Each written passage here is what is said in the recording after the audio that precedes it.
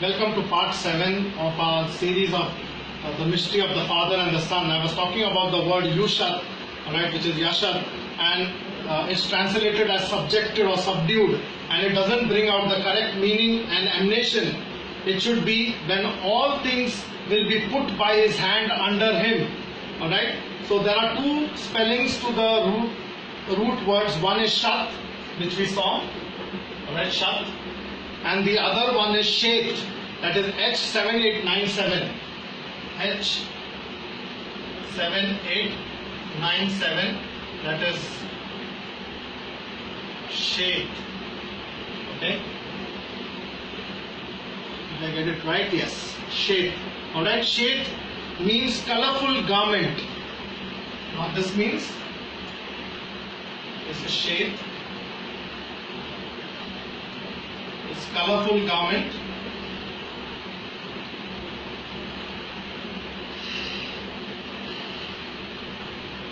Shet also means, if you see Strong's H7896, H7896, the same word Shet with the same spelling also means put, set or appointed. Alright? It's a verb, put, set or appointed. Abari words both have positive as well as negative emanations. The same word H7898, H7898 is thorns. Okay, and has 7 occurrences in scripture. Now it's amazing to see this word Shet is in Bara Shet, in the beginning. The Bar,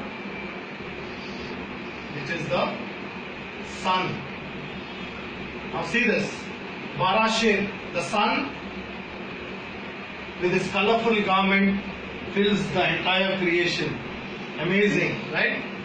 The sun is the one who is set, put, is appointed as the hair. The sun is the hair. The same sun will prick all those people who don't believe in him as thorns. And he was also pierced. He is already pierced. The crown of thorns put upon his head. So everything relates to Yahusha, who is the Son. So how can he not have the divinity? How can he not be Elohim himself? If Elohim gives him all the glory, then what is holding you back from giving him that glory and esteem that he deserves? Alright?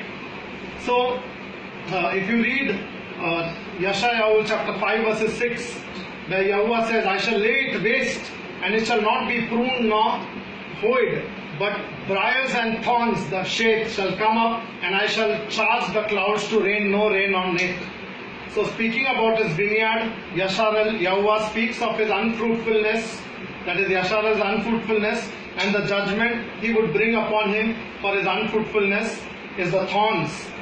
Alright, so the word Shet is used in the verse and is translated as thorns. The same word Shet is used in Barashet, which I already covered, which is translated as in the beginning, and can be broken down as Bar, alright, which means the sun, and Shet, which means either sit, put, appointed or set. The sun is appointed or set, or the sun with a colorful garment fills the creation.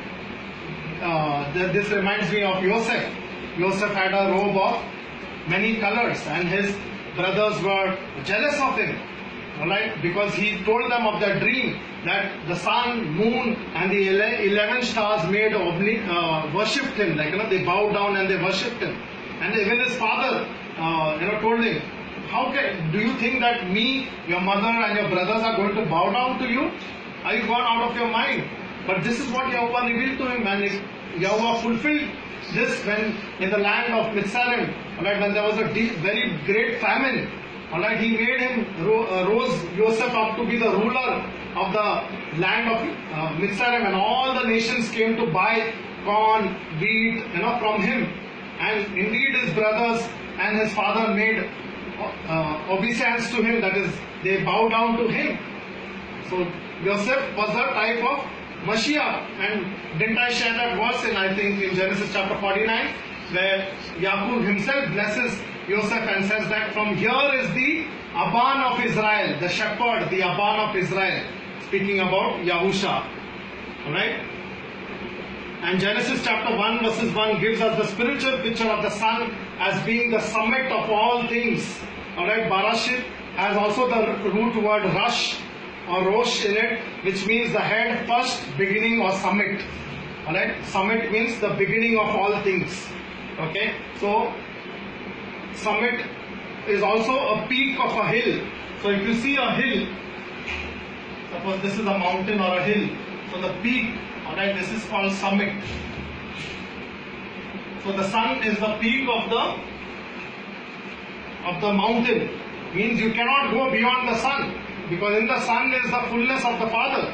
And if you see Yahusha, alright, he is the pinnacle of the temple, which is the tower of the temple. He is its foundation. He is the walls.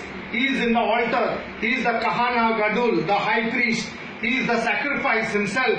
He is the courtyard. He is the ark of the testament. He is the tablets of stone in the ark of the testament. He is the rod of Aaron that budded. He is the manna in the pot, the one seated on the mercy seat. He is the one between the cherubims whose wings covered the mercy seat, and the other part of the wings touched the walls of the temple. He is the one who fills all in all. Everything is measured by him. Everything measures up to him. So who is he then? Ask yourself, what pattern are you following? Zechariah chapter 4 verses 10, it says, for who has despised the day of small beginnings, they shall rejoice when they see the stone, that is Aban, separated, Badial, that is H913, in the hand, Yod of Zerubbabel. These seven are the eyes of Yahuwah, which diligently search throughout all the earth. Alright, I'll read this verse again, and it is very interesting. If you see the word Badial, H913, alright, this is how the word is written. I have to erase.